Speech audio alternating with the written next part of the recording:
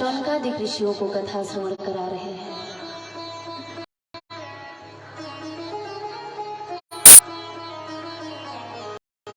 अर्षि वेदव्यास सो करवाया।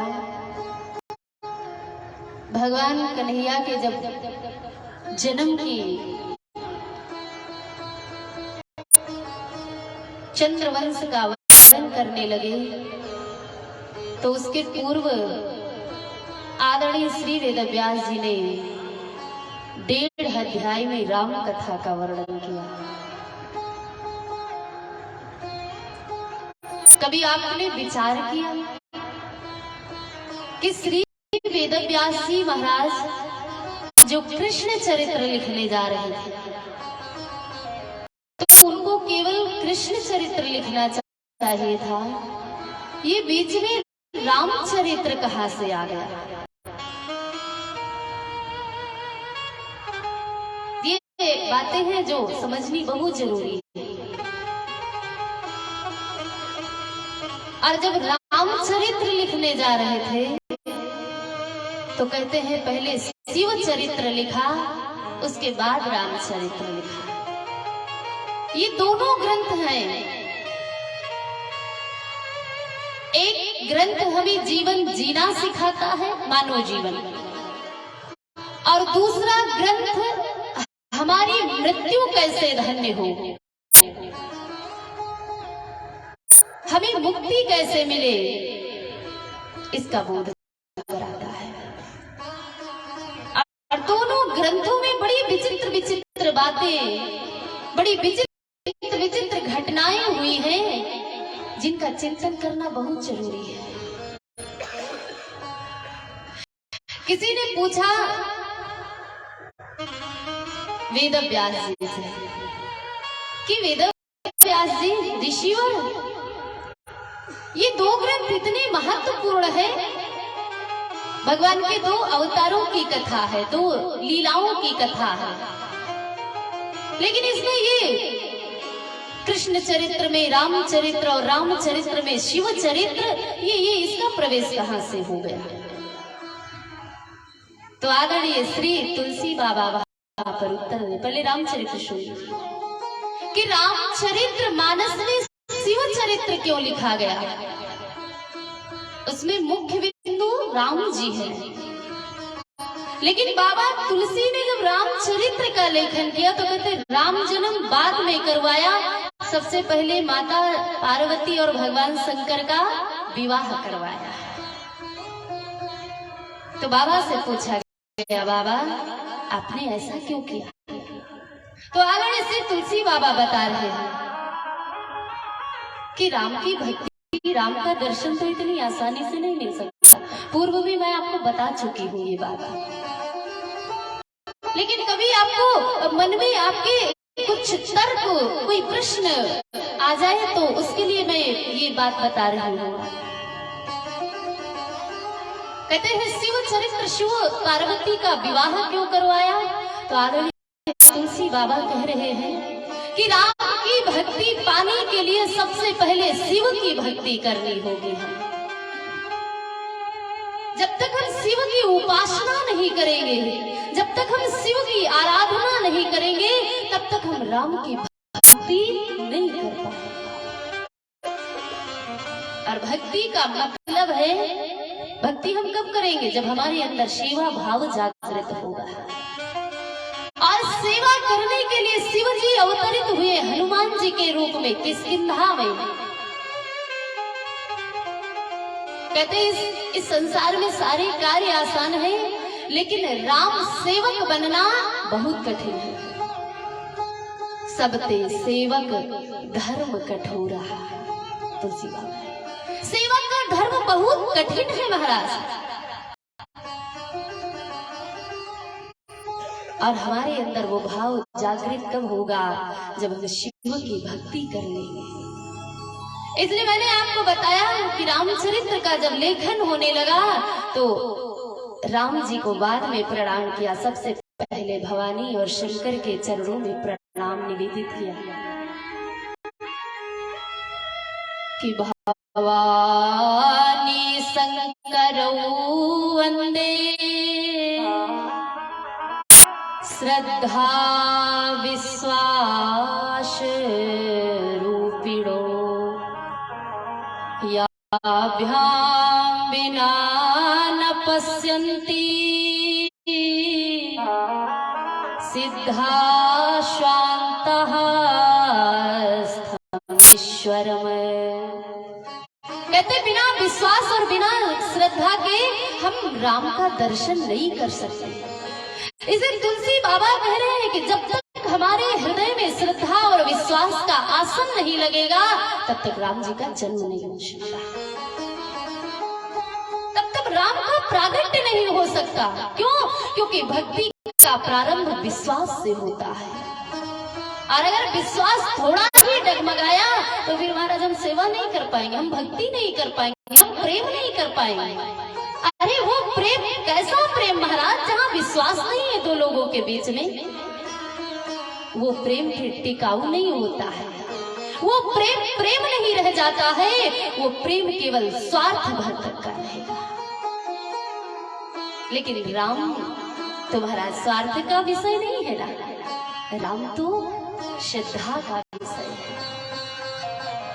और कृष्ण चरित्र लिखा तो कहते हैं कृष्ण चरित्र के पहले, कृष्ण जन्म के पहले रामचरित्र क्यों लिखा? तो आर्य वेद व्यास जी कहते हैं कृष्ण जी का चरित्र कोई सामान्य चरित्र नहीं है प्यारे, योगेश्वर का चरित्र है।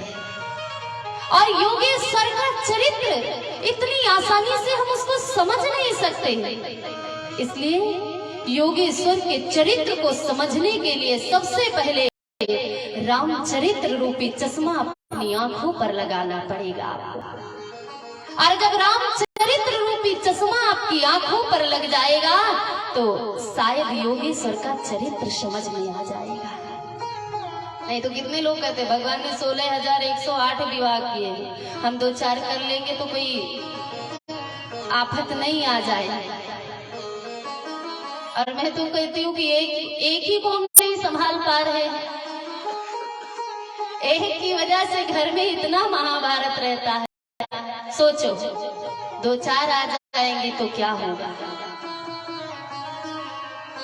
अभी भगवान कन्हैया के 16,108 विवाह हुए हैं, लेकिन उनकी पत्नियों में कभी भी विवाद नहीं होता था, सब एक दूसरे से प्रेम करती थी। और यहाँ घर में देवरानी जेठानी आपस में प्रेम नहीं कर पाती, वो एक दूसरे को नहीं देख पाती है।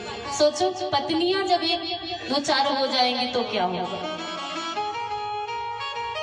लेकिन कहते हैं भगवान कृष्ण की जो पत्नियां हैं 16,108, वो सब एक दूसरे से प्रेम करती हैं और अपने आप में बड़ी बड़ाई करती हैं कि देखो ना हम सब कितनी सौभाग्यशाली हैं कि हमें कृष्ण चरणों में स्थान मिला है ना। लोग कहते हैं लोगों के अंदर इतने सारे तर्क, इतने सारे प्रश्न हैं भगवान को लेकर के, इस दुनिया ने भगवान को नहीं छोड़ा और इसीलिए सब विवाद हो रहे हैं, इसीलिए झगड़े हो रहे हैं, इसलिए ग्रंथ जलाए जा रहे हैं, इसलिए भगवान के ऊपर प्रश्न चिन्ह उठाए जा रहे हैं। क्यों? क्योंकि हमने ग्रंथों को पढ़ा ही नहीं, हमने श्रेष्ठों का संग नहीं किया, इसलिए हमारा दिमाग खराब हो गया, हमारा मन भ्रमित हो गया। तो यही सारी ये सारी बातें हैं जो हमारे हृदय में प्रश्न खड़ा करती हैं। लेकिन इनका समाधान कब होगा? जब हमें किसी श्रेष्ठ का संग मिल जाएगा। लोग कहते हैं भगवान शंकर भांग खाते हैं। कितने लोग मानते हैं कि भगवान शंकर भांग खाते हैं? हाथ ऊपर कीजिए, देखिए कितना झूठ बोल रहे हैं सब। अच्छा आप में से बताइए, आप लोग कहते भगवान शंकर गांजा पीते हैं और हम पी लेंगे तो कोई विपत्ति नहीं आ जाए। कहते हैं ना कि जब भगवान शंकर गांजा पीते हैं तो हम भी पी सकते हैं। तो भगवान शंकर केवल गांजा ही नहीं पीते, भगवान शंकर ने जहर भी पिया था, वो भी पी लीजिए, वो भी पी लीजिए। अगर आप भगवान के किए हुए कार्य ही करना चाहते हैं तो भगवान ने तो जाने कितने कार्य किए थे। भगवान कन्हैया ने 16,108 विवाह ही नहीं किए थे। भगवान शंकर ने भगवान कन्हैया ने कालिया नाग के ऊपर नृत्य भी किया था। हम तो कोई सर्प देख लेते हैं तो डर के मारे कमरे में घुस जाते हैं। विचार करना आप कि हमारी समस्याएं क्या हैं। हम समझना नहीं चाहते, हम पढ़ना नहीं चाहते, हम दर्शन नहीं करना चाहते और हम पथभ्रष्ट हो गए। किसी दूसरे ने कुछ कह दिया, बस बटोरली पब्लिक और शुरू कर दिया मीडिया को बुलाकर, और जाने क्या क्या बोल रहे हैं और शर्म आती है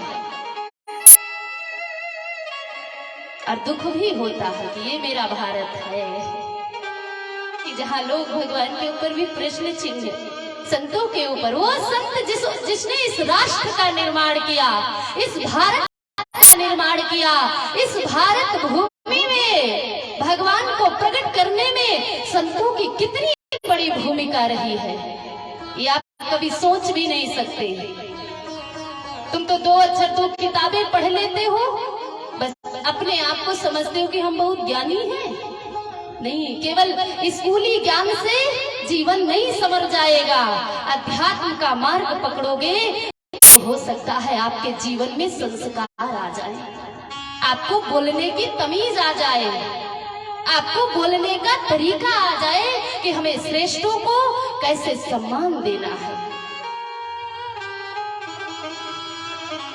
यही वो भारत है जहाँ संतों की और ग्रंथों की पूजा होती है। इसलिए मैं आपसे कहूंगी, अध्यात्म का चिंतन कीजिए, अध्यात्म उठाकर पढ़िए। आपको पढ़ने की जरूरत है और ये जो नहीं पढ़ रहे हैं, इन्हीं लोगों की वजह से विवाद खड़े हो रहे हैं और इसको शांत कीजिए आप, क्योंकि ये भारत की संस्कृति नहीं है, ये भारत की परंपरा नहीं रही है। भारत में तो आचार्य देवो भव ऐसी परंपरा रही है और इस परंपरा का निर्वाहन होना ही चाहिए, ये हमारा प्रयास रहे।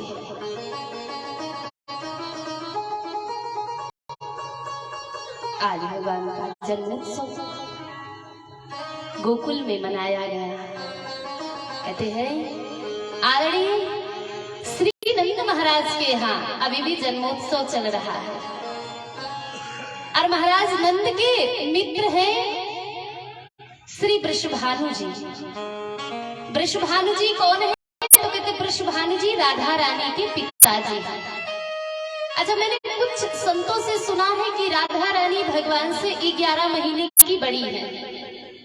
भगवान के आने से पहले ही राधा रानी का अवतार हो चुका था और जब किशोरी जी का अवतार हुआ तो कहते हैं नंद जी वृषभानु जी के यहाँ गए थे बधाई देने के लिए और आज नंद महाराज के यहाँ लाला प्रकट हुआ है।